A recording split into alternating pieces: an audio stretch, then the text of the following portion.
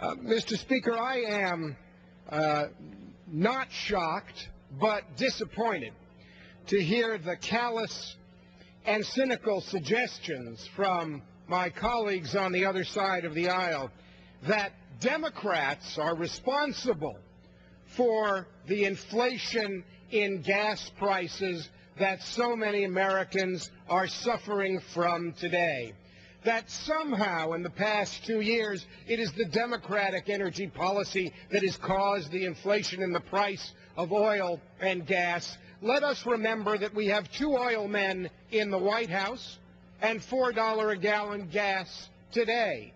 Let us remember that we have an energy policy that was made in secret by the Vice President, by the oil companies, for the oil companies, and of the oil companies, and today we are reaping the benefits of that secret energy policy on which we have been stonewalled time and time again. Mr. Speaker, we have 68 million acres of land available on and offshore on which the oil companies could drill. We have the National Petroleum Reserve in Alaska on which the oil companies can drill. 81% of all known oil reserves are available to drill on right now. The estimates are that there's a 14-year supply just waiting for big oil to put metal to the ground.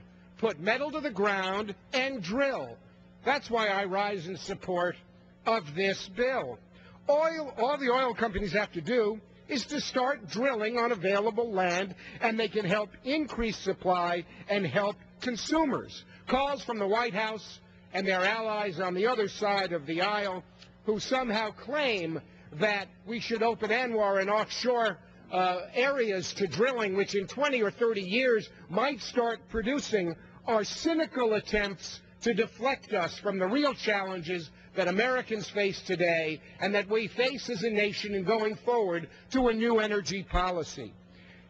It's estimated that the average American would spend about $57,800 before the first drop of oil could be produced from ANWR. So what's the point? To deflect us from the pain that Americans are feeling now, to try to point fingers, and to set us aside from changing our energy policy. What part of drill now don't the oil companies understand? What part of drill now don't my colleagues understand? No one is stopping the oil companies from drilling. It's time to drill now, help the American people with gas prices, heating oil costs. Thank you, Mr. Speaker. I yield back.